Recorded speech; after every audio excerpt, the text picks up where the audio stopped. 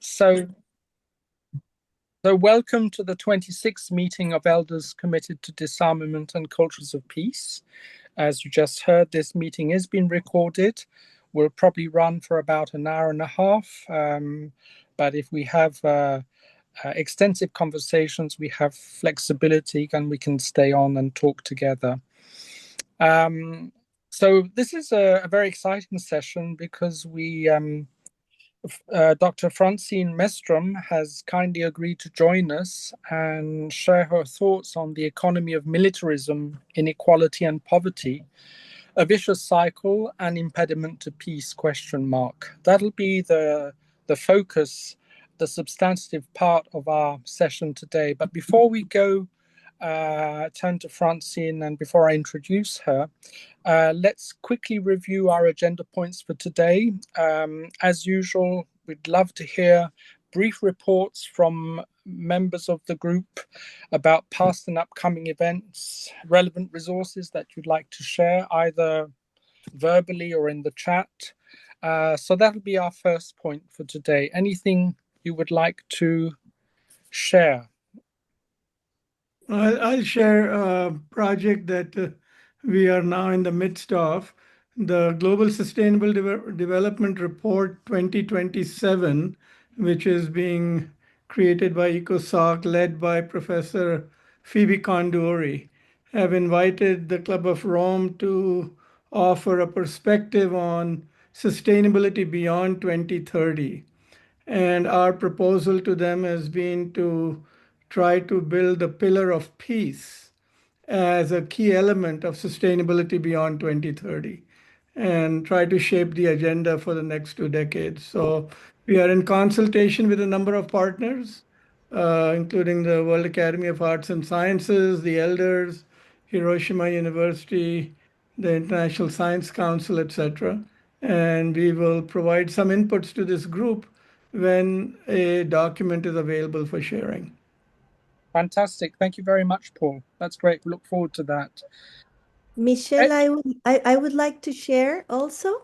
Oh, you're very welcome, Vivian. Yes, thank you. We will have next week the 4th Congress of Fisher Folks and Mollusk Gatherers here in Costa Rica. We will have people from all Mesoamerica, and we're very happy because they have decided, even when the situation is very hard on human rights, emphasis now in our countries to discuss ways to move from conflict to peace.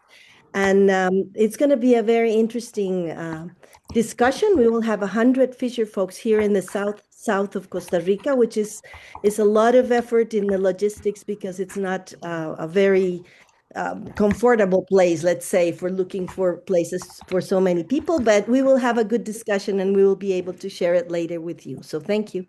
Fantastic. Thank you very much, Vivian. Again, we look forward to seeing that, and I hope your meeting goes well. I can't, because I'm on my iPhone, I can't see hands raised, so I may need some help, Grazia, if anyone would like to come in, as indicated so.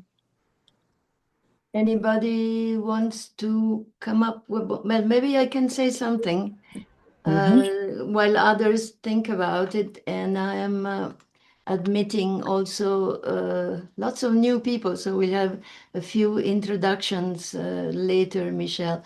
So what I wanted to discuss, I have discussed it briefly in email with Paul and a few others, and it is about the idea that maybe the name of our group, it's a little bit too mild. Elders for Disarmaments and the Cultures of Peace. I mean, it's great because we all want disarmament, but we want to also qualify that disarmament. We want it to be reciprocal, we want it to be verifiable, and so on. So it's a little bit too slow and too mellow, being for disarmament alone. And the other thing about cultures of peace, yes, it's a qualifier that is stronger than peace alone, on which everybody is about it. But there is possibly something a little bit stronger for all of us that someday, maybe we want to think it through. And what I had in my mind is that we could be elders engaged for resisting and reversing militarism, or something a bit more stronger, engaging, more engaged. But that is just an idea, and whoever is interested in thinking about it and in connecting about it, please let me know, because I am. So I would like to. Okay. Thank you, Gracia. So there'll be a conversation among people who will reach out to you. And presumably this idea will come back to the group and we'll decide collectively what is appropriate at that point in time. Of course. Yeah. Okay, good. Anyone else before we welcome newcomers to the group and ask them to give brief self-introduction? No? Hello, how are you? I'm Luciano. I was invited by Grazia. Thank you, Grazia. It's my first time here. Thank you a lot for having me in this interesting group. I'm Brazilian. I'm a biologist and a geographer working with protected areas for almost 15 years, with a long work with indigenous people in the Central Amazon, in Brazil, working especially mainly with participatory methodologies.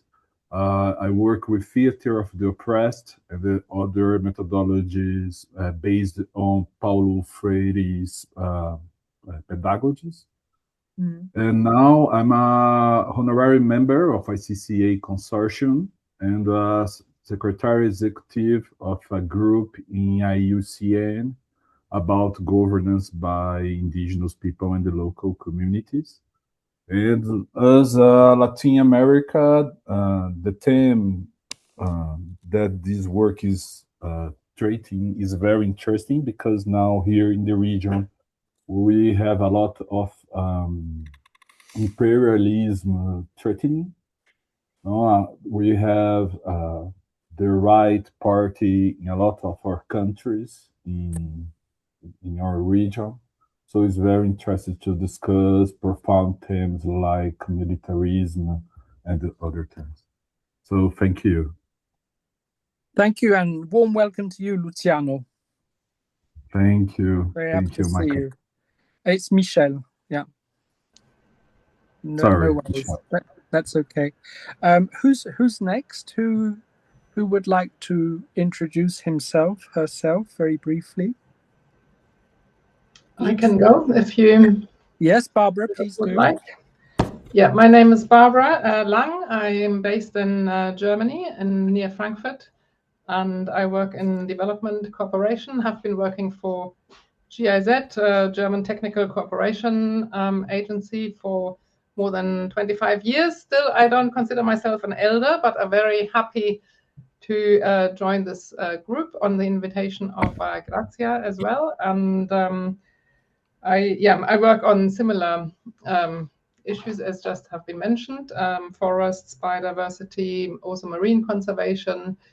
Have always been very interested and committed to the rights of indigenous peoples and human rights. And also the title of the group, even though it may change, reminded me of early days of disarmament campaigns in Central Europe in the, I guess, 1980s. So I'm excited to learn more about what you are doing, and happy to be here. Thank you very much. Yeah, well, thank you, Barbara, for joining us. It's great. Yeah. Who is next, please? Just jump, whoever. I would be happy to jump in. This is Frederick. Yes, please do, Frederick. Hi, everyone. Thank you, Michel, Grazia, for inviting me. So it's my first time today. Frederick, we don't hear you very well. Oh, Can you come closer? What about if I speak louder like this? Is yeah, it better? probably. Yeah, thank you. All right. So I work at the Oakland Institute, based in Oakland, California, though I'm in France at the moment with my family. and it's my own, where I was born, in France, but I live in the US now. And the Oakland Institute, for those who don't know it, it's a policy think tank based in Oakland, California, and we work on a variety of issues brought around human rights, land rights, on food, agriculture, extractives. I think Grazia might have shared with you our last report, which is about mineral extraction, which is called erosion. I can put the link again in the chat, which is our last report, which really exposed the current scramble for minerals and how it is not for climate, but is really for the military and all the tech and the corporation. So I will share that. It's quite a strong, powerful report that tried to reframe the debate around extraction. Is it just me, or the sound was not very good? It was okay, Grazia. Okay, that's my thing then. Sorry. Thank you, Frederick. It was actually quite low for me as well. So, Frederick, on the Zoom, you can adjust your microphone. All right. And you can increase the output volume so people that are half deaf, like myself and Grazia, can also hear.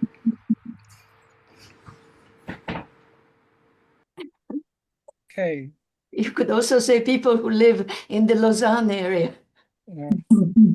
Yeah, we are overwhelmed with the beauty and the vista, which we're overstimulated visually. That makes us half deaf, so yeah.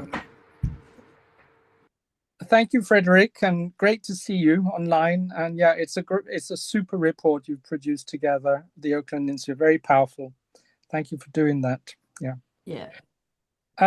Who would like to go next? I will go next, if that's all right. Yes. Sure. My name is Veronica Martin. Thanks for the opportunity to be here. Grazia. I live in Central Florida, down the street from Bev Ovrebo, who also facilitated my invitation here. I have been doing humanitarian development, human rights advocacy work for the last 30-some years. Spent about 20 years with non-governmental organizations, quite a bit of time in Asia, working with refugees from Burma and Thailand, and also with human rights issues around environmental issues. And then transitioned into working with the U.S. government, with USAID, the U.S. Agency for International Development's Bureau of Humanitarian Assistance, focused quite a bit initially on humanitarian protection and gender, and then on civil-military coordination. And as many of you are aware, USAID was dismantled rather abruptly last March, and we all were terminated. So big change in the U.S. government foreign assistance modalities and position, as you're probably aware. But I'm happy to be here and get to know you all. Wonderful. Thank you for joining us. Yeah. Moving on, is there anyone else who would like to? Yeah, Mohammed Arju. Yeah. Mohammed, please. Thank you, Michelle. Gracia invited me. I see some familiar faces. I'm from Bangladesh. I am an activist, writer, and also I organize coastal communities who are mostly fishing communities, artisanal fishing communities in Bangladesh. And also for last 6 years, it has been, I work with the ICCA Consortium as the Global Comms, Communications and Advocacy Coordinator. So I don't exactly know why Gracia invited me here. I have almost no insights to share, but yeah, I'm happy to be with you all here. Yeah. Thank you, Mohammed. I'm sure you have a lot of wisdom to share. I'm convinced of that. So please stay. Who is next? Again, I can't see hands. I think we are done. Is that it? I'm not missing anyone? Jump if you are. No? No. Okay. Thanks for your help, Grazia, with that. So let's now turn to the substance of our session today.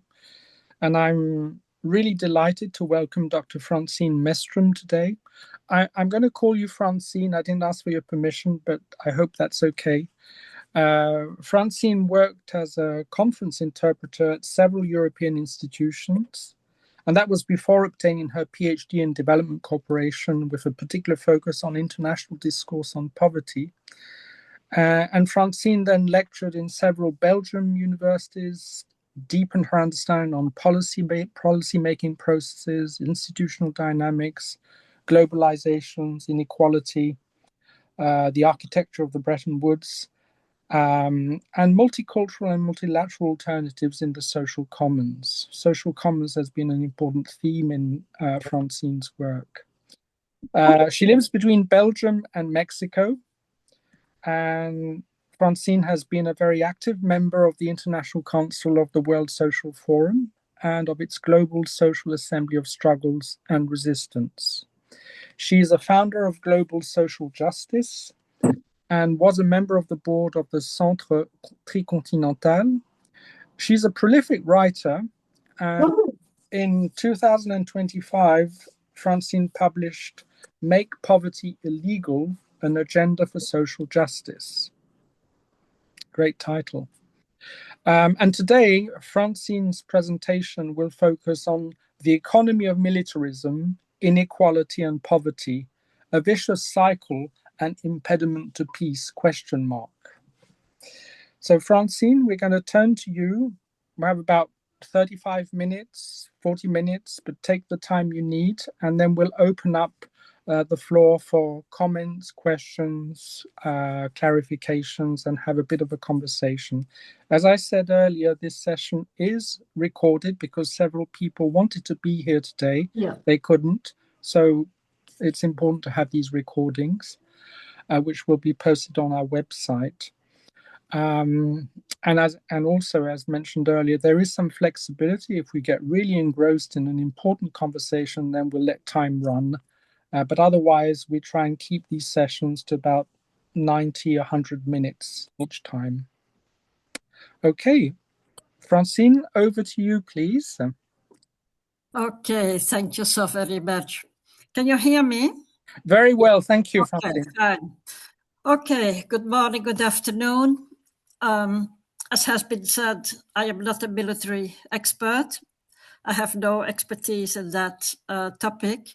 I do work on social justice, global social justice, and I will speak from a European perspective. Although I live half of the year in Mexico, I was born in Europe. I live in Europe in summers, and it is the continent I know best. Maybe I can straight away answer the question of the title. Yes, militarization, poverty, and inequality are an impediment to peace. And I will try to explain why I think that is so.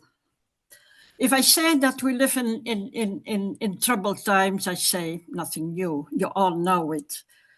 There is a war, a genocide in Gaza. There is a war in Europe against Russia. There is a war in the Middle East.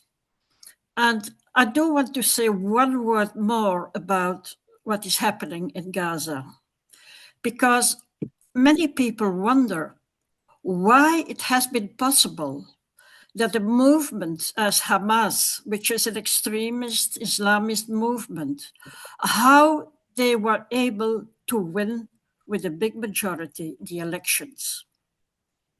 And that is not because Palestinians are in their majority extremist Islamists, on the contrary. But what Hamas has been doing before the war was putting into place a social policy within a context of Israeli sanctions. But they kept the schools open. They kept hospitals open. They had measures for vulnerable and poor people. And that is what has won the people, because basic needs of people are the same everywhere in the whole world and at all times. And that is what Hamas has been doing. And that is why they won the elections. And that is what explains how social justice is the first condition for peace. Now, if I say we live in troubled times, we also have to see what is happening today. In Europe, we live with austerity policies now for almost 30 years, I think. This has been imposed by the European Union, which means also by our own national governments. And on top of that, NATO is now demanding that we spend 5% of GDP on defense. So you can see what is happening. Austerity policies that mean you take resources away from the welfare states and you put them into defense and military matters, which is the most perverse and absurd thing you can do, and which is the very first reason why these austerity policies that provoke poverty, that provoke inequality, are indeed an impediment to peace. Now, what I also have to add is that the weapons that all our countries in Europe are buying are not defensive weapons, they are offensive weapons, which means that we have to ask ourselves and our governments what their plans are. But at any rate, poverty is rising, inequality is rising, not only because of these transfers of resources, but also because of stock exchange manipulation and the whole market of crypto, of the whole crypto market that is now developing and is being used for not always very clean practices. So that is what is happening today. And the problem with all this is that after 30 years of neoliberalism, people are seeing this indeed as unavoidable. They have interiorized the whole neoliberal discourse, and they think there are no alternatives. And that makes it extremely difficult to indeed present an alternative. What we have to do, we have to present an alternative, but it is extremely difficult because people do not believe in it anymore. So we have to wonder, how can we turn the tide? What can we do? And I think we should start with the things that we have. And we have a couple of things that are very important and that we have to use. And the very first thing is the ILO, International Labour Organization, founded in 1919 after the First World War. That was a period of globalization. But the ILO thought that, one, globalization is not a bad thing. Two, capitalism is not a bad thing. We should care that the price for competitiveness in that globalization is not paid by workers. And since it was just after the First World War, the very first sentence of the preamble of the Constitution of the ILO states, sustainable peace is not possible without social justice. And that is extremely important because that was really the starting point of the ILO and of international cooperation. And the ILO started immediately with the harmonization of international labor law. A second thing that we have, and which is as important, is, of course, our Universal Declaration of Human Rights. Article 25 that says that all people have a right to a decent standard of living. All people have a right to social security, which is confirmed in the International Convention on Economic, Social and Economic Rights and Cultural Rights, Article 11. So people have a right to a decent standard of living, and there even is an obligation, an international obligation, to help other countries that cannot immediately fund such a system of social security. You might think, yes, that was then, but what do we have now? Well, after the Second World War, we created a couple of organizations, very important ones, the United Nations, World Bank, IMF, a couple of years later, UNCTAD for the South. These are very important, but were all weakened by the economic crisis from the 70s onwards, the emergence of neoliberalism in the 80s, etc. And from that moment on, inequality started to rise. The World Bank said it would start to fight poverty instead of doing development, but it didn't work. Let's say to be very brief. And also, what has to be mentioned, after 1989, the fall of the Wall of Berlin, or peace movements all over in Europe were weakened, and they still remain very weak today. Of course, there was resistance. And one small major resistance came from within the United Nations itself. Very important to mention is UNDP, the United Nations Development Programme, that started in 1990 with the concept of human development to focus on the fact that GDP was not the beginning and the end of development. You also have to look at how people live and what the welfare of people is. And in 1994, UNDP published a very important report that we should still use today, I think. That was the period, the 90s, that the UN was organizing a whole series of global summits. 1994 was a report on human security. Again, to focus on the point that security cannot be achieved by weapons, but you need the welfare of people, you need drinking water, you need healthcare, you need education. That is the major point of that report on human security. And also they published at that moment a global social charter. Unfortunately, because of the competition with the ILO, nothing was done with it. But I think it remains a very important text that we should use today when we are talking about disarmament, when we are talking about peace, because it is obvious that the ultimate goal of all our movements should be peace. But in order to reach that, we have to be aware that there are the many linkages that we cannot ignore. If you want to speak about social justice, you have to look at the economic system.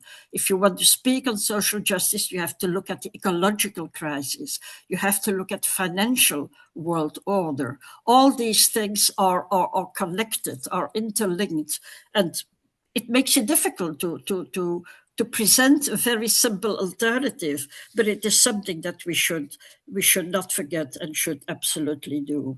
So to conclude, and of course I'm open to all your questions about all the different things. We have, of course, also resistance from many social movements, trade unions in the first place, but trade unions, I think, are mainly trying to defend the status quo. They are not working on real alternatives. Greens that are working mainly on degrowth. We now have a new proposal. Personally, I have a lot of confidence in it. A new proposal of Piketty working on global justice project. I can give you details about that as well if you want, but we need alternatives. We cannot go on like this, like we are doing now, because as I said, taking money away from and resources away from social welfare to put it into defense and military matters is really the most absurd thing you can do, absolutely opposite to achieving peace. So it is a big challenge. Absolutely, because we have these different linkages, and also we have to work at different levels. At the local level, because we have to know what people want and what people need, and we have to work with the people and for the people. We have to work at the national level, because that is today still where most decisions are taken. And we have to work at the global level to try to converge on different movements and different problematics. And that it seems as if it were impossible, but it is technically, at least, very, very possible, totally feasible, but we have to work on it. And as has been said in the introduction, I have worked for 20 years, I think, in the World Social Forum, and that was a very good beginning, a very good start, but it was blocked after a couple of years. And, we need that kind of movement. And I think we should work on it and try to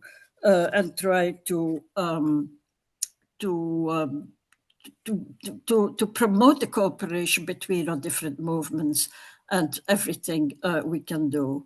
And I'm very open to all your questions, also on how, at the global level, social policies, the thinking on poverty and inequality has evolved within the World Bank and today in other places.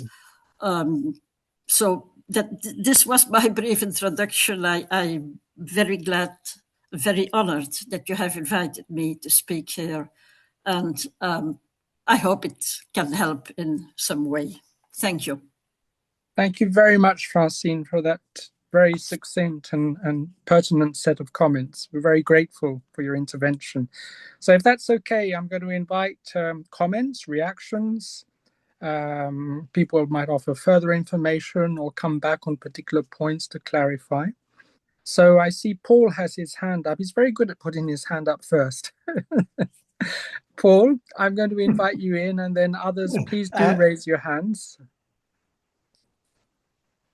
Yeah, Mark, thank you. Paul, Mark. My hand goes up first because... Yeah, go ahead. So my hand goes up first because I'm always nervous whether I'll be able to stay to the end of the call. So let me put this out there. First of all, Francine, thank you so much. You could have been talking on behalf of the Club of Rome. You pointed out the deep interconnections between the economy and all the other spheres of life, that if we want peace, we want to drive it down into all these spheres. So the food system, the water system, the energy system, the healthcare system, all of them are connected, and peace has to be embedded in each one of them. That's a message that we are very aligned with. At the same time, I'm also glad you pointed out that we are taking money out of social welfare programs and putting it into militarism, and the fiscal space for the army and militarism is continuously expanding. It is going to double, in fact, by 2030. The total amount of what we call defense expenditures are going to be twice of what.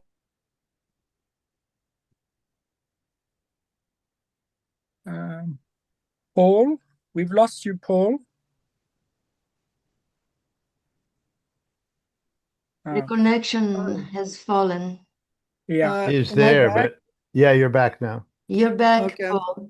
I don't know what happened. I just got thrown out. So I don't know how much of it you caught, but I was just remarking on the fact that militarism and military expenditures, or what we call defense expenditures, is going to double by 2030. So my question is about what is an adequate level of defensive spending? If we wanted to squeeze it, and I know Piketty's most recent book on social justice ties the economy very closely together with all these military expenditures, arguing for more social expenditures. But is there a minimum level, or how should we be even thinking about this? Should we just prioritize all social expenditures, and whatever is left over as residual we put into defense? Because I think our notion of defense is so outdated. It's not just 100 years or 200 years old. It's probably primitive. We are reacting to those fears as humans. So what does human defense or human security require for defense? And can we then just put a cap on this defense stuff and not let it over time just keep on taking more and more fiscal space? Thanks. Thank you, Paul. I'm going to take a second comment or question, and it'll be Mark, and then turn to you, Francine, for give you a chance to respond, react. Mark, would you like to come in? Yes, thank you, Michelle, and thank you, Francine, for a very stimulating opening. I agree with everything you've said, so I'm not here to dispute any of it. I want to raise sort of a number of questions that come from what you've said. The first is the basic philosophical question whether military expenditure improves security or not. I think we all sort of operate on the assumption that we have to defend ourselves and therefore we have to expend huge amounts and make sacrifices simply because not being able to defend ourselves is such a terrible prospect. But I question that, and I wonder whether there's any real evidence that military expenditure leads to better defense or better security or ideally better human security. The second question has to do with, okay, so people are nervous and want to spend more on defense. What should they spend it on? And I'll leave aside for the moment the sorts of things that you've said. But here in Switzerland, for example, they've gotten themselves into a horrible deal of buying fighter jets at enormous expenditure, and the expense keeps going up. It's clearly ridiculous expenditure because defending Switzerland's airspace from any conceivable enemy is just a ridiculous prospect. So, without being cynical and suggesting that there might be an element of corruption to it, the question really is, what do you spend it on? Do you spend it on cybersecurity? Do you spend it on drone technology? Do you spend it on AI capability?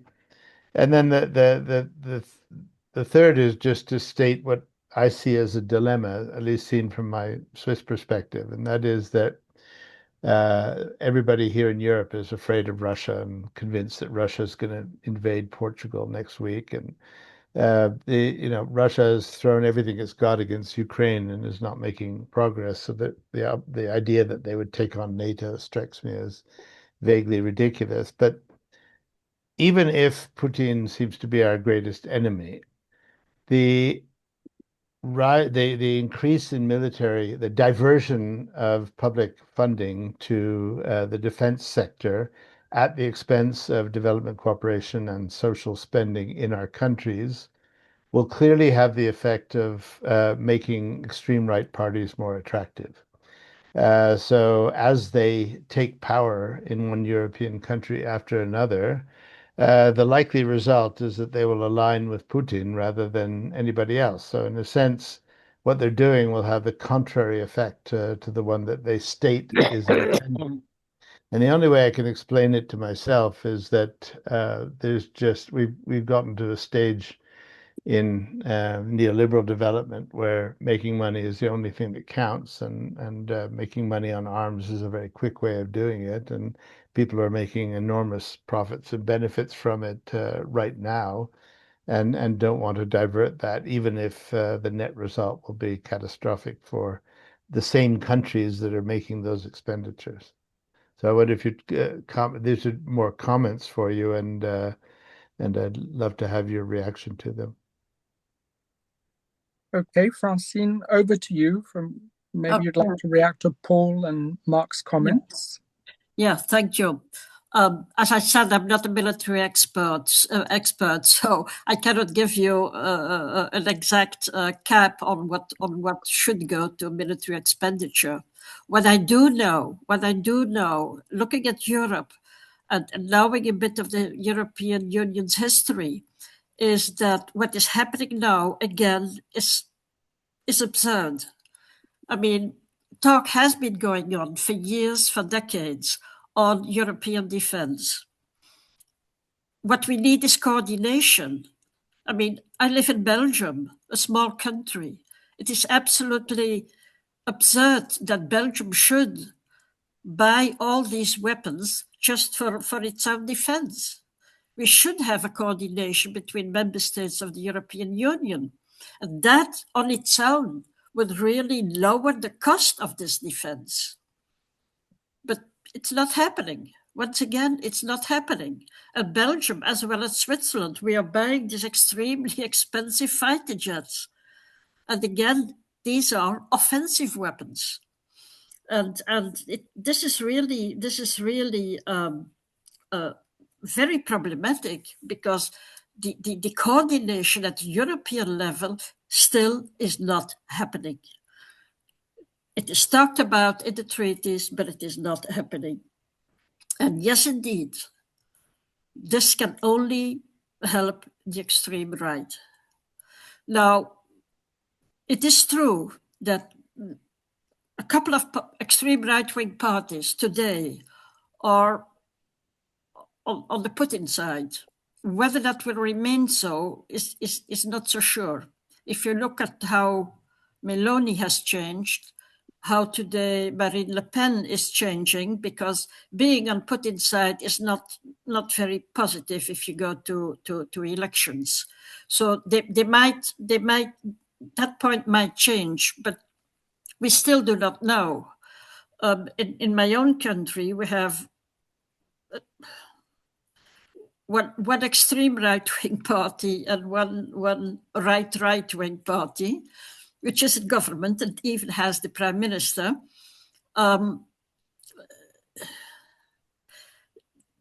In that party, there has been a lot of cooperation with China, which has not been seen positively either. So all these geopolitical relationships are changing at this moment. And you cannot disconnect it from what is happening with our welfare states, because the ideas on that level do not come anymore from the World Bank. They are coming from private sector and what they need, and they will, I'm afraid, determine what awaits us. So I'm very sorry, I cannot give you a number on it should be 2% or 3% or 4% or 5%. 5% is definitely too much, far too much. We do not need this. At this moment, as I was told, our military already is 3 times what is the Russian military in terms of expenditures. So what is going on is really absurd. I hope I have given some elements of answer. Thank you. Yeah. Thank you, Francine. I see other hands. Luciano? There was me first. Okay, Grazia. Unfortunately, I put up a black hand, and nobody can see this. So I have to put out my face to get my hand visible. That's why I have asked you. I have a very quick question for Francine, which is not possibly a very quick answer, but when we talk about justice, we do not just talk about social justice, but also ecological and today climate justice. So I'm thinking about whether you have some reflection and some ideas on this, on not relative importance, but how you organize this together also at the various levels that you mentioned about, because some of us have been working much more at the community levels and others at the national and international level. While you may think about this and other people may add to this question, I like to come up with a reflection that is actually prompted by Mark's points and also a little bit by Paul's, which is that given what you said, we understand what militarism is, and you described it quite well. Is the benefits of few and the terrible costs to many at the most intimate and severe cost, which is life, which is future, which is well-being of all of us. And I wonder, what is the difference between militarism and fascism? And what is it that actually is someone talking? I don't know. The point there is that we need perhaps to understand Sorry, can you mute your camera? Can you mute your microphone? I'm trying to mute the people who are noisy. Yeah, I think I've done it.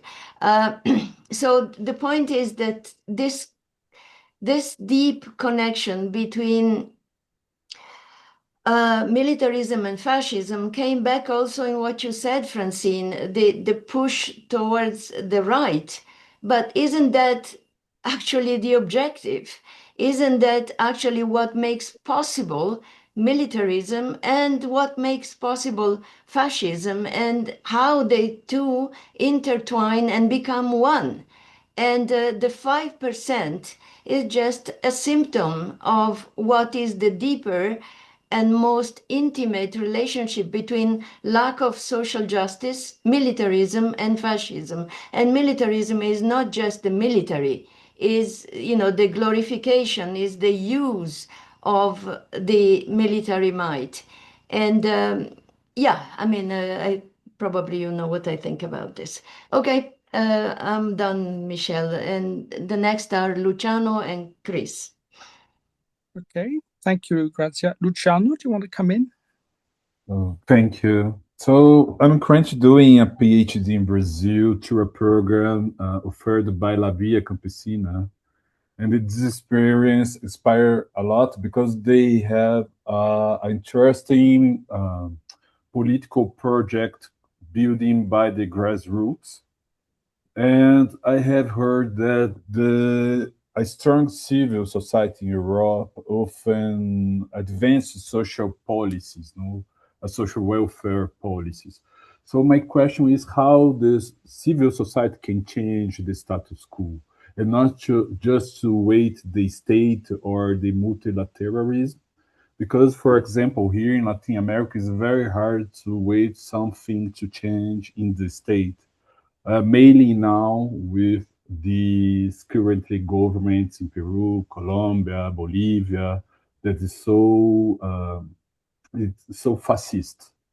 So how the social society can mobilize itself to change things in the militarization and for peace. This is my speech. Thank you. Thank you, Luciano. I'll stop there and turn again to Francine. I'm taking questions 2 by 2 so that we don't lose anything and it make it easier for you to respond. A full answer would take me a lot of time, but let me try to answer briefly. These different linkages between economic justice, ecological justice, climate justice, social justice, etc., we know that these linkages exist, but at the political level, locally, nationally, globally, they are fragmented, they're separated.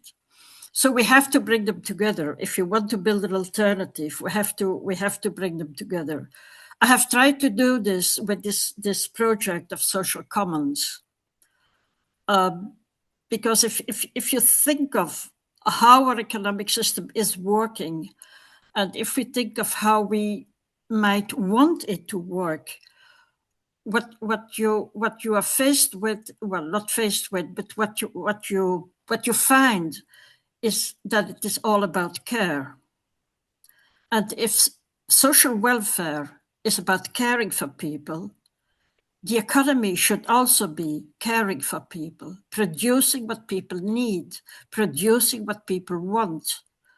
Today we have a whole economy of products that are very damaging for the environment and for the health of people.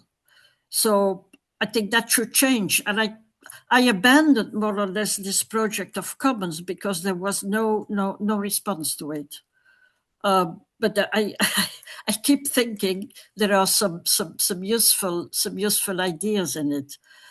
And I personally think that with the concept of care, you can make the linkage between different sectors. Military and fascism, they are two separate things. I mean, I have in the past months, I have been reading all those texts of the tech gurus in the US. Palantir is openly fascist. Others are less fascist. But also in the ideological way that poverty has been built, the knowledge on poverty has been built, there are elements of fascism. So we should be very, very careful about it. I do not think that the military and fascism are necessarily the same, identical. Militarism, not military. Militarism. Sorry? Militarism, sorry. Yeah. Okay. I'm sorry. Yes. Yeah. They can be linked, obviously. They can be linked, but they are not necessarily linked. I work mainly with Umberto Eco's definition of fascism because it is very broad and it mentions the different elements that you have to see. Militarism is not one of his elements at any rate. So that it can be linked, and that indeed for some people it might be what they want. That is certainly possible, but from my research till today, I cannot say that it is that way. What I do see is that in the social sector, the thinking and the knowledge that is being built on poverty, inequality, and welfare and social protection, that is moving from neoliberalism to conservatism with major differences. And that conservatism opens the door to fascism very clearly. So if you link that to the thinking on social policies from the tech corporations, you might have that result. But it's too early. For me, it's too early to say that. If I can turn to the question of Luciano, how civil society can change, I wish I knew, because that is the point where we have been failing. We did not succeed in building anything global. There will be another global social forum next month, but again, the convergence between movements is very, very limited. And also, there is not always a willingness to really cooperate. There is not always a possibility to cooperate. To give just a very simple example, if you sit together with 10 movements around the table and you ask, can we all agree on demilitarization, for instance? Can we say that we are all against wars, for instance? There will be at least 3 or 4 movements that will answer, well, yes, personally, I agree, but I have no mandate from my organization to say so. And you're blocked. And it's not only a lack of mandate, many of these movements do not want to express, do not want to manifest their opposition to wars or to militarization. So it is extremely difficult. In the World Social Forum, moreover, we had the organizers that wanted to avoid all political discussions. So it is difficult. Now, the best level, I think, the best level to start working on it is at the national level. What is happening today, the only alternative that has come out of all this movement work till now is a rather strong cooperation between what is called social and solidarity economy, cooperatives, etc. They are very good initiatives. There's nothing negative to say about them, except that they are for the local level. And you cannot go to the global level with it, because there is, well, again, it will block. But this whole sector of social and solidarity economy is a very real, concrete possibility to come at least to a national convergence between movements. And if people are ready to talk about other political questions, then you can go further. But that, again, is not a given. It requires a lot of discussion, a lot of debates, a lot of thinking. It is not something you can do on the short level, on the short term. Okay, thank you, Francine. We're going to take comments and questions from Christopher and Frederick, and then turn to you. And then a couple of people had difficulty raising their hands. So in the list, we now have Corrado and Andrea. Andy. And Andy will come in afterwards. Is that okay? Yeah. All right. So you see your presentations eliciting a lot of interest and questions, Francine. Christopher, over to you. Yeah, Francine, thank you very much for your contribution. I would like to ask you rather, what do you think is the root cause of Russophobia that seems to be galvanizing through Europe like a disease?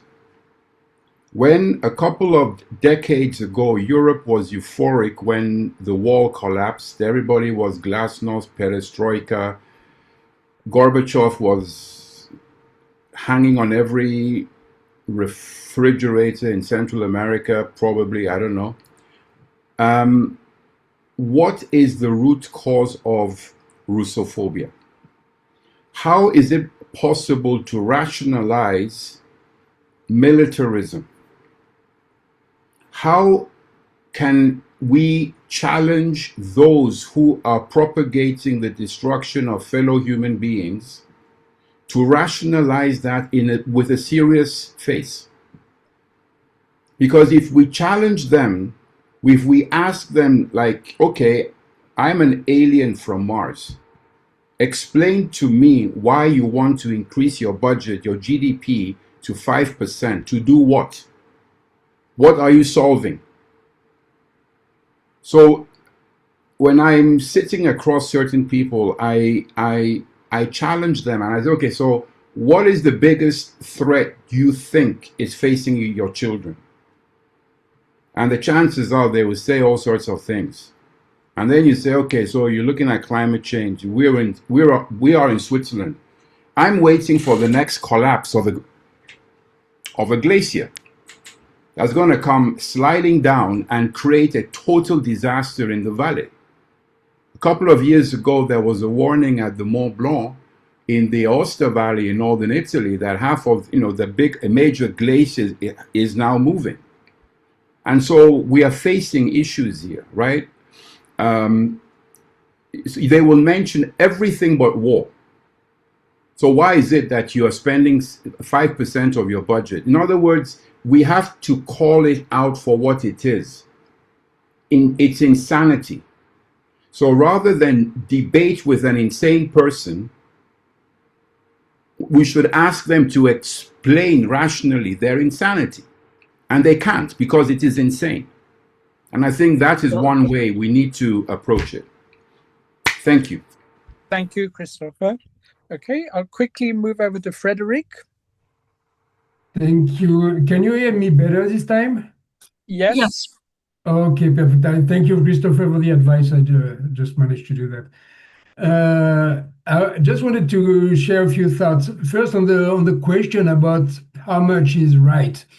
It's reminded me of debates we had within our team in Oakland about Venezuela, Cuba arming themselves. And I had a point there saying, yeah, but they have so much threat from the US. Well, what is right for them? I mean, we've seen with the last kidnapping, what is the right thing to do for countries which are under threat? Jeffrey Sachs said that Russia went for Ukraine after years of US pushing its missiles closer and closer to its borders. Yeah. So this really brings me to the point that we have to look at the US as a major focus of a work towards demilitarization. After all, it is the only country with 800 something military bases. They have even changed now their name from MOD to MOW, Ministry of War. And they are really running the empire, and the European countries are just running behind and trying to catch up. And I also wanted to comment on Grazia's comment on fascism. This was happening long before Trump. We see it very clearly now with Musk and Trump and so on, but this has been this 800 something bases. The empire was there before, so it's really deeply rooted in the US political system, and the military industrial complex is there running the show. So I do feel that's really the big piece we need to tackle. Thank you. Sorry, it's not a question, Francine, but I really appreciated your presentation too. Okay. Yeah. Thank you very much, Frederic, for that comment. Francine, do you want to react to any of those comments, or? Well, I think the first point was very important, and the root cause of Russophobia. I mean, I think that what is called the West, US and Western Europe, never really accepted the fall of communism in the Soviet Union, accepted in the way that it was unacceptable for them to lose an enemy. They need an enemy. Mm.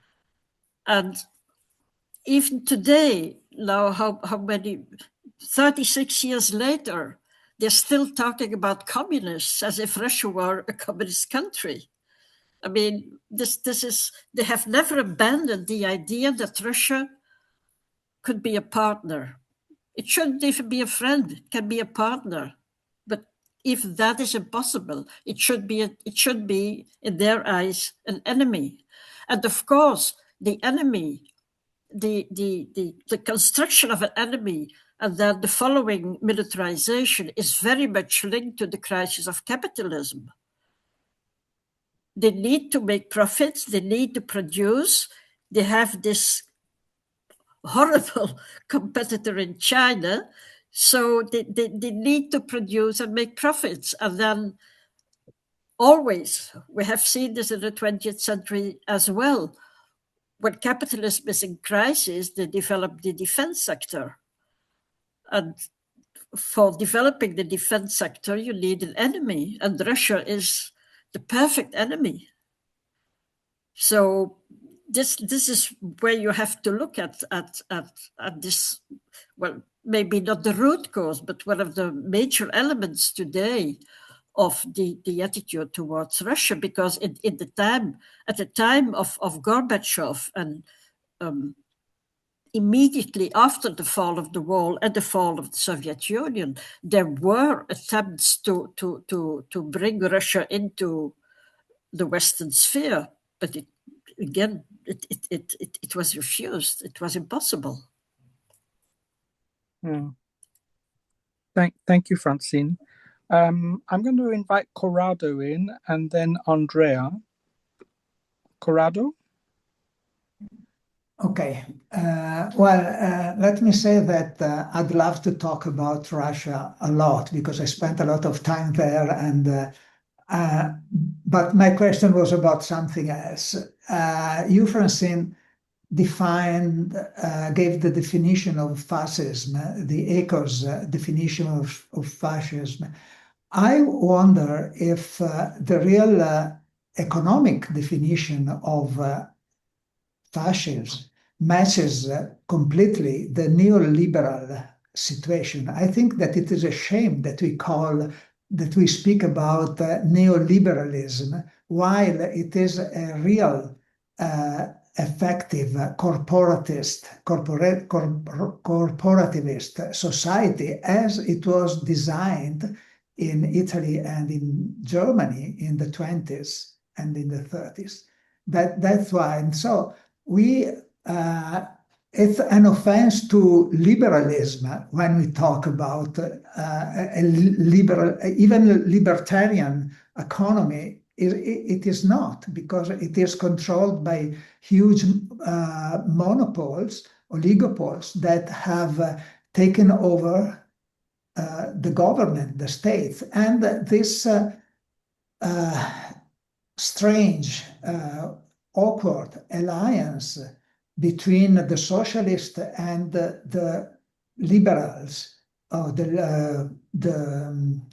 the conservatives, whatever you want to call them, in all over the countries in Europe, even in England, in the UK, where the Labour Party is very mild, so mildly socialist. It's, I mean, beginning with Tony Blair, it has become something very, I mean, it was a veneer of socialism. It's not, it's just a language. And not to speak about Germany, that had 25 years of große Koalition government, Italy too, more or less somehow. So the problem is that we have to go back to also to some new definitions of what is fascism. And I think that when we talk about, if we change the way we call neoliberalism, the nowadays economics as neoliberal, and we call them as they really are, oligopolist, or better, corporativist, where the economy controls the state, the government. And in this respect, I think Western societies are in a worse condition than China or even Russia, that the economies in those countries are controlled by the state, by the governments, while in Europe and in the United States, the economies, the corporations control the government, which is a big difference. Another point I like to, you started your presentation speaking about Hamas as a religious group. Now I was thinking about that. That was just in the beginning of your presentation. That actually, I think that most of us, because the generation we belong to, are secular, or we grew up in a secular environment, more or less. But nowadays, is secularism really competitive to vis-a-vis the religious groups? Hamas was effective because it brought in a communitarian feeling, no matter how fanatics they are. And also in the United States, where they have this fanatic Christians. But on the other hand, they are promoting, let's say, wrong, at least in my opinion, values. But they are effective because they can aggregate people, and they create a real alternative to this materialist society that has taken over and transformed itself into a corporative society. That's it. I'm sorry, I talked too much. Thank you, Corrado. I'm going to invite Andrea to come in, and then we'll turn back to Francine. Yes, thank you very much, Francine, for your making linkages between poverty, inequality, and our economies of war. I'd like also to say how much poverty is not only a result of this economy of war, but also used by it, instrumentalized, because most people who go then fighting, I have the history of France in my mind over the last 20 years, which was present in so many countries, and some people I know who were involved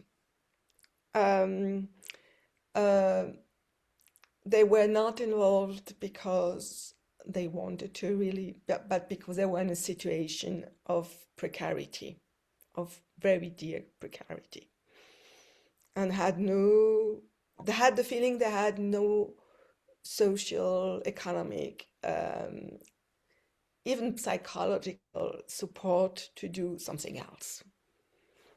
And so war is fueling poverty and is using then the poor to make war happen, because we don't have only robots in war. So this is one thing, and what is really terrible is to see how the poor being used are then really suffering so much, not just physically by being caught into wars, but also psychologically. And so it's really increasing this extreme precarity and vulnerability of so many people. The other thing is I wanted to say about fascism.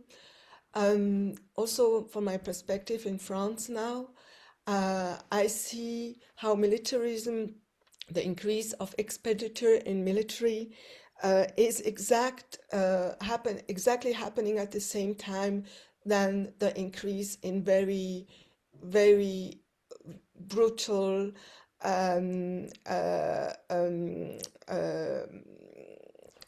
actions against all kinds of militants.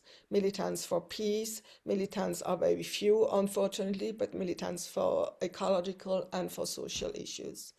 We are all now afraid of going in the street because the violence with which we are met, and not just by being on the street, but by just doing things on our computers and in our work, in our daily lives, is increasing very fast. So I think militarism and fascism are parallel processes as we now experience them, at least. And I think, I very much like just to come back to what you said about ILO, about the history of these organizations, and how we need to use them also for claiming and our legitimate fight for peace. Not fight, sorry, we have to change languages, our engagement for peace. It's so difficult. Mm-hmm. And for Russophobia, also one thing, I think I'm shocked to see how so many people who actually loved interact with Russia, in their intellectual work, in different movements, can just be caught into a huge simplification of this Russophobia, where Putin equals Russia, or I mean, it's just so shocking how even very clever people can be manipulated to have such simplified ideas about why we need to defend ourselves against this Russia. I see many people who are bright people who just falling into this trap. Yeah. Andrea, thank you very much for those remarks. And very, very pertinent and insightful. Francine, would you like to respond to any of the points made by Corrado and Andrea? Yeah, very briefly. Yeah, yes. if you allow me. Yeah, of course. Looking at the clock, okay. Don't worry about the clock. No, but some important things were being said. I'm in the first place a linguist, so that was my first my first qualification. I think definitions are very, very important. If we want to talk about fascism, we have to know exactly what we mean by it. So as long as we do not have a common, clear definition, it is very difficult to say, yes, it is there, no, it is not there. I am sure it is coming. It is coming. But whether there is a clear parallel with militarism. From my research, I cannot not say it. What I do see very clearly in my research on social policies is how these policies and ideologies behind it are changing from neoliberalism to conservatism to fascism.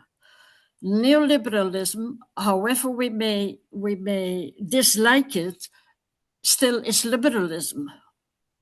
Conservatism is something very different.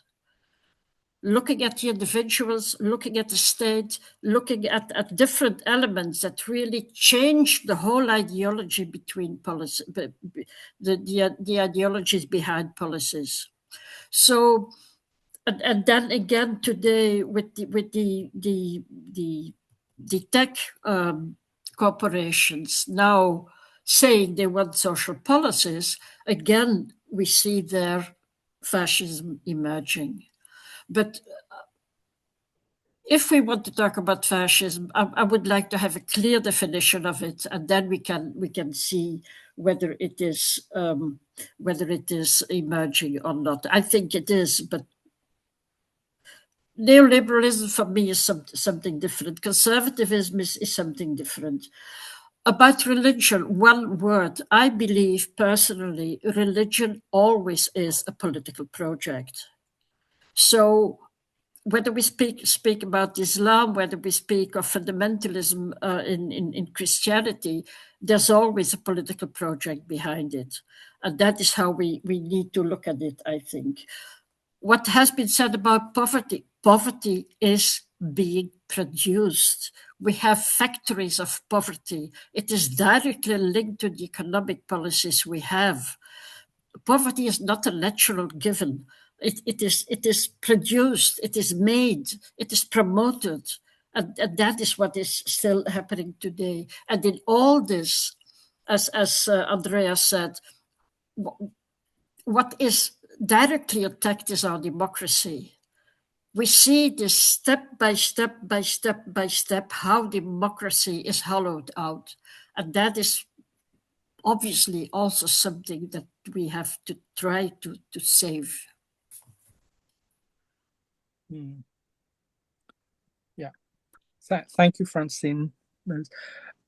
I'm now, in the interest of time, going to invite Andy and then Thomas to come in.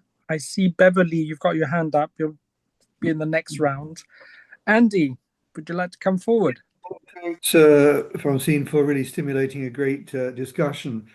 I had a couple of questions I wanted to ask you. The first was that you mentioned fairly early on in your talk, very briefly, the Human Security Report, 1994 report, which really attempted to redefine what security meant, and I think move it away from this myopic, militaristic interpretation at the moment. And I wanted to ask you, to what extent do you think, how is it going to be possible, whether it's desirable and how it will be possible to recreate the momentum that led to that kind of report in the early 1990s? Can we better understand the political forces that allowed and permitted that kind of vision to be articulated at an international level in the 1990s, whereas that is becoming increasingly difficult now at the global and at the national level as well? So I'd be interested in your reflections on that, which also I think links to the importance of getting public support for the UN and other mechanisms that support the kind of global architecture for development and peace.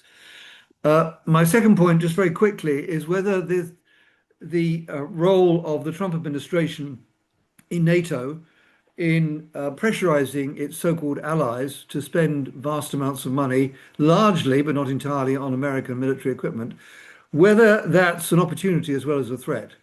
Because at some point there'll be a recognition, and I think it's referred to by Michel, by Mark earlier on, the ridiculous expenditure in Switzerland on F-35s of 6 billion, which is, cannot be justified even on military grounds. 25. 25 billion? Mm-hmm. Oh, well, it says 6 billion. I just checked on the internet. Anyway, a lot of money, billions, and it cannot be justified on military grounds. That's just one example. The UK is also being pressurized into buying F-35s, which would be completely useless.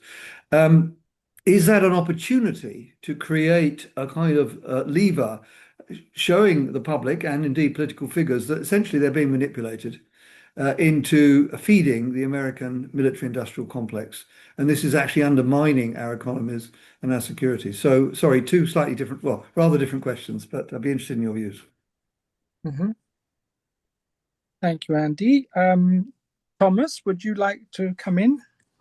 Yes, thank you very much, Michelle.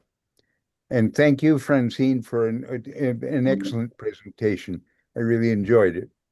And I must say that while I almost completely agree with everything that Francine said, and also the comments, I see the focus of the discussion as concentrated on European countries, or at least the more powerful countries of the world. I don't think we've talked enough about the role of China and some of the other large, powerful countries of the world. But my question really relates to how this works and where do the so-called developing countries, and I must say I live in Peru, fit into this, and what can they do, or what is going on there, and what can be changed to make things better? Thank you. Thank you. Francine? Yeah, well, for these old reports, I think we should try to reactivate them. It is not easy, but if today you read these old documents of the UN, also documents from the 50s and 60s, they are amazing. They're full of things that today we cannot say anymore. And there are several initiatives going on today to use them again, to resuscitate all these ideas. There's also an initiative going on for bringing to life again this idea of the new economic international order. I mean, yes, we should use these documents. We should bring them into the open and say, listen, this is security. It is not militarism. It is welfare and other things. Whether this can be an opportunity to make clear that we are feeding U.S. military. Well, or I work myself for a magazine. We're writing this almost every week, I think. It is.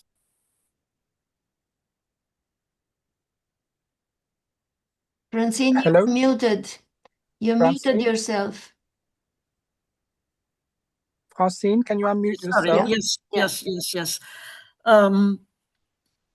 It is difficult to convince people because, as I said, all these neoliberal and today conservative ideas are really interiorized, and many people do not believe in alternatives anymore. And let us be honest, there is today no concrete, good, progressive alternative available.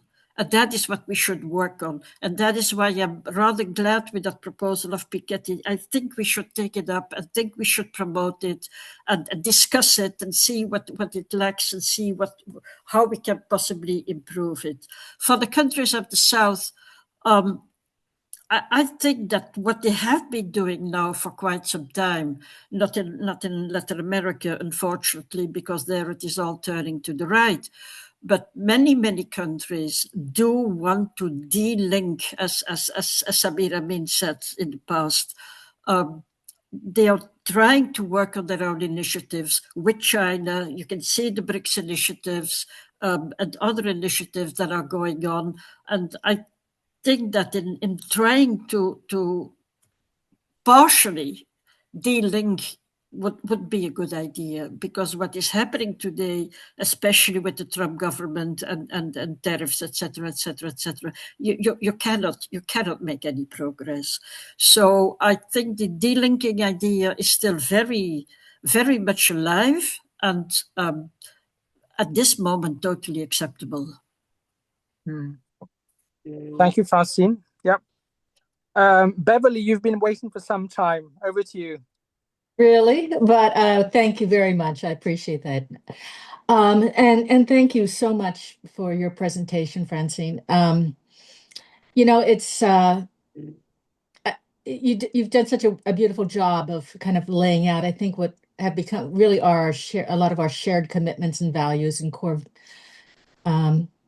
our core thinking. And yet what's also so interesting is to me is to hear the particulars as so many of you have applied it to what you're seeing in your own country, be it Switzerland or Belgium, France, Italy, and various examples of this. And what it makes me think as someone who feels ashamed to be a citizen of the United States is that, in fact, according to Umberto Eco's definition of fascism, in fact, Trump is a fascist. He fits every definition, and he's a militarist, and he's an idiot. But because the United States has been incapable of providing any checks against this rise of a fascist state, a militaristic state, a state which acts with total bad faith with its friends and allies around the world.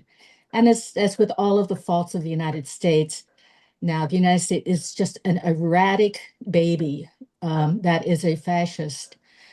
And it is, for me, I just see the damage not only in this country, but around the world, that what's happened because the United States could not prevent fascism from taking over. And not many people are feeling very hopeful in this country right now. So it's dire, and I think what you're calling for is so important that you're talking about de-linkage. I'm thinking about, though, some of the dangers that the United States has, in particular in South America, in two countries come to mind, is I lived in Ecuador, and Ecuador, as you probably know, 20 years ago, I think it was, or 15 years ago, decided to dollarize their economy, okay, to increase their linkage with the United States. And what it has led to is it made it a narco capital of South America, and is now a failed state, which happened so quickly.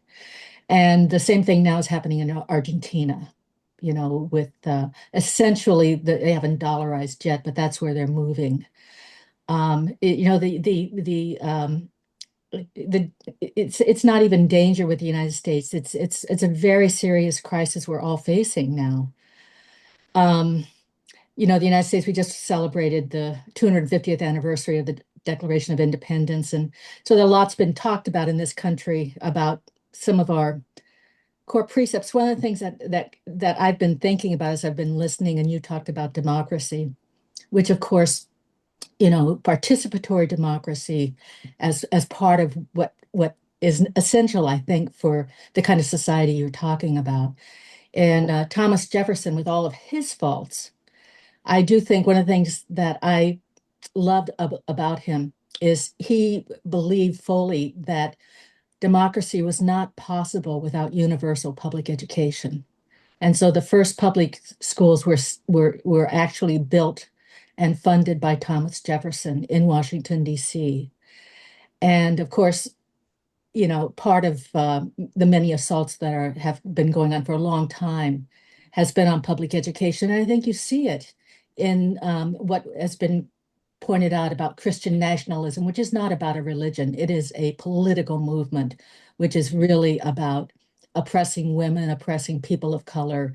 It's not about any religious precepts. It's really a very powerful political movement, which is attractive in this fractured society with such poor education now, especially at the level of the vast majority of people in the society, of young people. And what you find is that you find people who are, of course, drawn to simple explanations, false community, rallying behind conspiracy theories and so forth and so on. And we're finding ourselves incapable of standing up to the monster that we created. So anyway, but thank you for what you've done for us today. Thank you. Thank you, Beverly. Yeah. Thank you for sharing that. Christopher, I see your hand up again. Is that an old hand, or do you have another comment? It's just a small comment, if I may say. Please do. Yeah. As an engineer, I'm an engineer, and the difference between engineers and mathematicians is that mathematicians will discuss the complexity of an equation, and will go deep into the philosophical interpretations of what the equation displays. And that's a little bit what we're doing right now. An engineer, on the other hand, solves the equation. In the end, x equals this, y equals that. That's the intersection of the curve. That's the relevant point. So I'm saying this in the sense that we're looking at a complex equation. What's the intersection of the curve? Where does the curve of peace intercept the curve of, let's say, fascism or militarism? The underlying issues we're talking about. So we talk of the complexity. So here's my solving the equation. I'll just share the results with you where the curves tend to intersect. One is that there's a fundamental fractal thinking that emanates educated people. And thank you, Kathy, for bringing this up. She asked me to mention this. Our thinking, when we're all children, we can all play together in the sandbox. Kids do not see the differentials. Kids do not see the fractals. Whether you're from Russia, from China, from wherever it is you happen to be from, the kids all play together. And then what happens? We mess up the mind. We send them to school. In the kindergarten, we learn to use both sides of the brain. We learn motoristic skills, how to catch a ball, how to sing, how to add and subtract, the alphabet, change differences of colors, social skills, how to share, when to speak, when not to speak, when to listen. We even get potty trained, some of us who are a little bit late. Then we go to school, 12 subjects. You finish school, go to university, 1 subject. Then you go to grad school. Then you're now studying 1 chapter of the physics book. Then you do a PhD. It's 1 paragraph of the chapter of the physics book. So you learn more and more about less and less. And when you take it to the extreme, you know everything about nothing. Then you're educated. Now you get all the educated people together and you find out they cannot do what the kids are doing. So this fractal thinking is destroying the communities. When we look at the sexual distinctions that we have, we've used up already so many letters of the alphabet to the point where, as a heterosexual person, I feel excluded. Where is my letter? I mean, this is the extreme craziness of where we are today. And so within all of this, what does indigenous wisdom teach us? So I will speak as an indigenous person. When you ask an educated person who is looking at some trees, and you ask that person, tell me about those trees. The more educated that person is, the more he can tell you the differentials between this tree and that tree, this leaf, that leaf, etc. The indigenous person will talk about the commonality. What does this butterfly have in common with the tree? And will form a link. Where do we as human beings fit into the whole planetary ecosystem? It's a whole different perspective. And I think this is one of the underlying issues we have that is leading to a fascism, where, militarism. When you talk of politics, are you left? Are you right? Are you liberal? No, I'm neoliberal. Oh, maybe I'm quasi-liberal. It's distinction, fractals. This, I believe, is one of the underlying problems we are facing in the 21st century. And that's one of the reasons why the United Nations is failing, has failed. That's another, that I spoke about that at an earlier event. And so we fundamentally need to rethink ourselves as human beings, who we are, where do we fit in? Why do we focus on the differentials and exclude what we have in common?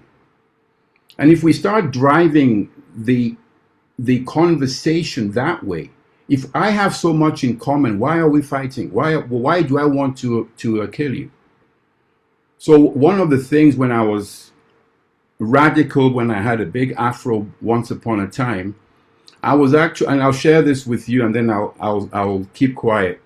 I was actually inspired by the Baader-Meinhof gang and the Red Brigade in Italy to form a terrorist group and to effectively stage a kidnapping of the Security Council. Get these guys, put them on a boat, and live stream them smoking a joint, and see whether we can, in that togetherness of mutual high, maybe we can solve the majority of the and then tell them, if you do your job, I'll give you a cookie. So so on that note, thank you so much, Francine. Thank you, Christopher. Thank you so much. Yeah. Grazia, I see your hand waving. Yes, I wanted to make sure that you had my tiny black hand also in your line of sight. Yeah, go on. Can I?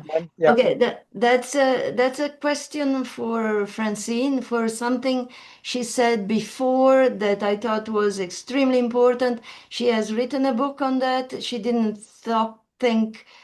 she didn't tell us much about it. And this is that poverty is a produced phenomenon.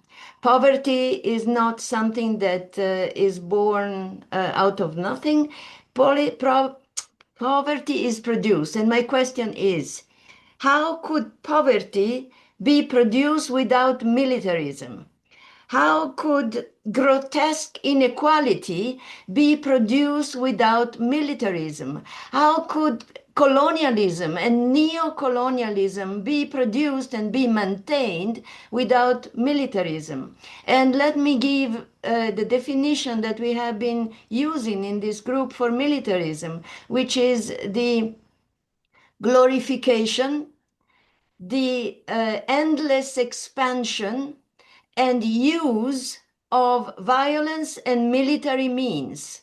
Glorification, endless expansion, and use of violence and military means. And that's why I think about militarism as basically equal with fascism, because fascism is, for me, also one of the main root causes of poverty, of inequalities, and all this lack of one humanity that so many of you have talked about before me. Thank you. Thank you, Grazia. Francine, lots of comments in many different directions. Yeah. I don't know if you would like to react. You don't have to, but if you want to add something, please do, and we'll gradually close. Yeah, a couple of comments, because what has been said is so very important and so very interesting. Fascism and peace, I think we have to look at all the different linkages that have been mentioned. This fractal thinking, I totally agree with what has been said. I do think we need something we have learned these past decades, especially in the West, is that we have to take care, that we have to respect all our differences. At the same time, we do need universal ideas. And I think that is the big challenge, because it is sometimes very, very difficult to say this, and you get the most atrocious answers sometimes. But we do need universal thinking in order to be able to respect all our differences. These two things go together, and I think this is what we have to work on. And that about militarism, I have to admit it is something I have not worked on. Maybe I should do that, and I'm sure since you are more experts on this that you are right. I should work indeed on these links on poverty and militarism. I have been working on economy and ecology and care and commons, etc. As I said, I have never made the link with militarism. So this is for me then a very positive result of this, because it defines the research agenda. Thank you. Thank you, Francine. If there are no further important, urgent comments, I propose that we bring this session to a close. I don't see any raised hands, so I think I can do that. Yeah. And I just want to thank you, Francine, for, Thank you. Well, really, you've prompted a very rich conversation, and people have opened up, spoken from their heart, their minds, and it's been quite wide-ranging, and you've clearly elicited a lot of thoughts and feelings. So thank you for coming in and spending this time with us. We're extremely grateful. As usual, it's quite possible that some people will reach out to you. We have your email. One question, is your book, Make Poverty Illegal, an Agenda for Social Justice, is that already published or not? It is published. I can send it to you. I have an e-version. That'd be fantastic if that's possible, I'm sure. Yeah, I can do that. I can do that. Thank you. I thank you very much. It was very interesting for me as well. I have learned a lot, and I love these discussions. So thank you very much. Yeah, we're very grateful to you. Yeah. And Bye-bye. thank you so much for your contributions. Go well. Have a lovely evening or a lovely morning, and we will meet again in a month's time. Or the same to you. Yeah. Bye-bye. Thank you so much. Bye-bye. Thanks a lot. Bye-bye. Bye-bye, everybody. Bye-bye. Bye. Ciao. Bye-bye. Yeah. Ciao.